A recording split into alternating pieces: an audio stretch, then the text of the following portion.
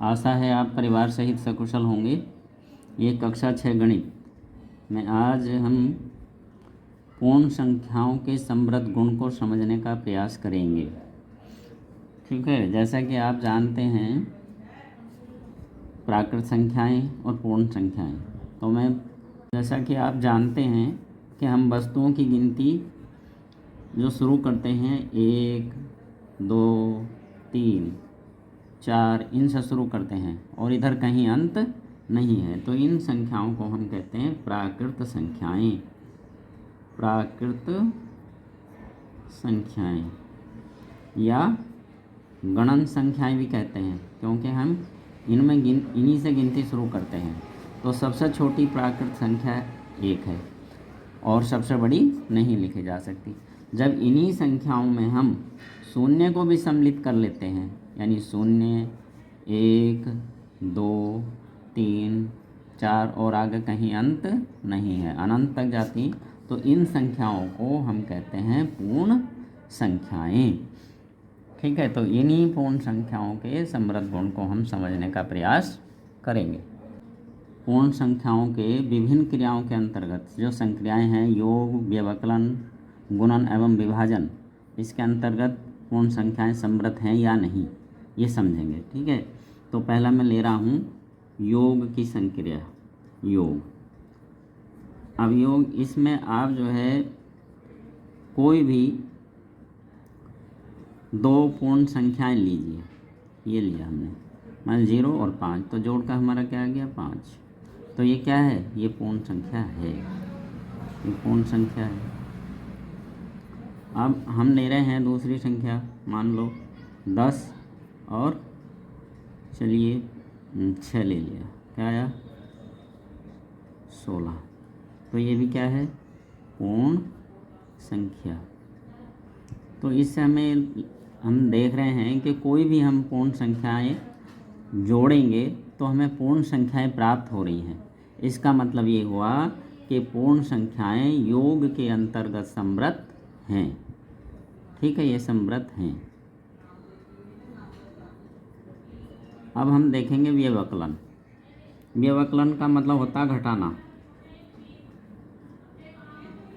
ठीक है, अब हम देखते हैं कि ये पूर्ण संख्याएं जो हैं घटाने के अंतर्गत भी समृद्ध हैं या नहीं।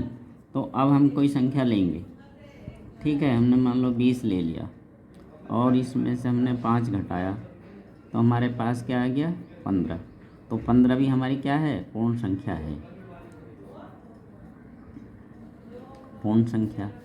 अब अगर हम लेते हैं 5 और इसमें से 20 घटाते हैं, तो हमारे पास क्या बचता है -15।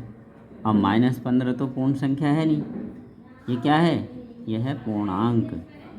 पूर्णांक, इसका मतलब क्या हुआ कि पूर्ण संख्या में से पूर्ण संख्या घटाने पे हमें पूर्ण संख्या नहीं मिल रही।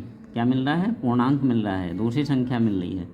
तो इसको हम कह सकते हैं कि पूर्ण संख्याएं व्यवकलन के अंतर्गत समृद्ध नहीं हैं, ये समृद्ध नहीं है।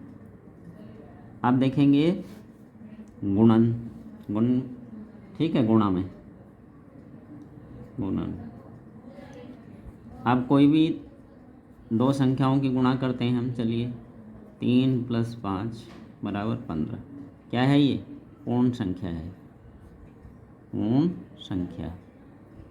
अब कोई दूसरी संख्या लेते हैं, चलिए हमने ले लिया 25 + 3 गुणा 3, 25 या 75। तो ये भी क्या है, पूर्ण संख्या है। तो अब हम देख रहे हैं कि पूर्ण संख्याओं की गुणा पूर्ण संख्या आ रहा है। इसका मतलब क्या हुआ कि पूर्ण संख्याएं गुणन के अंतर्गत समृद्ध हैं। तो इसको भी लिख देंगे, समृद्ध हैं।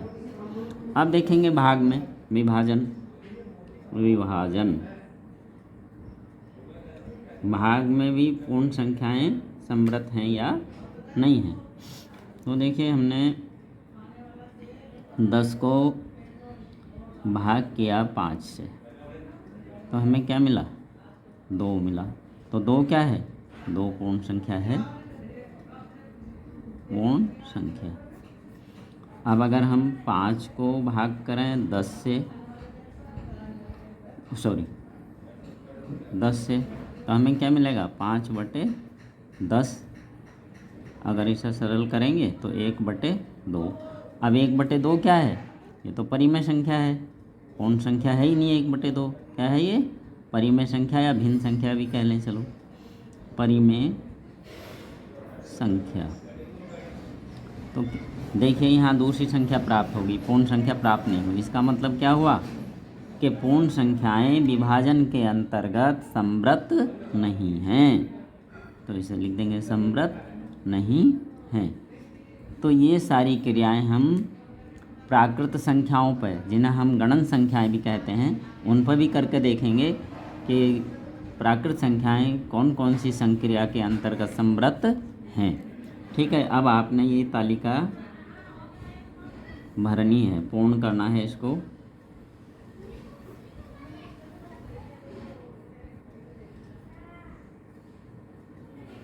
यहाँ लिख रहा हूँ मैं संक्रियाएं, संक्रियाएं यहाँ लिखेंगे। ये पूर्ण संख्याओं के लिए है के अंतर्गत समृद्ध हैं, समृद्ध हैं या नहीं। तो हमने पहला लिख दिया योग, दूसरा लिख दिया व्यवकलन,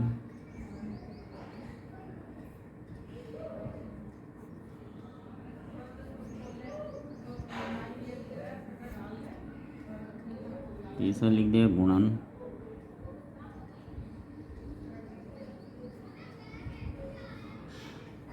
और चौथा लिख दिया विभाजन।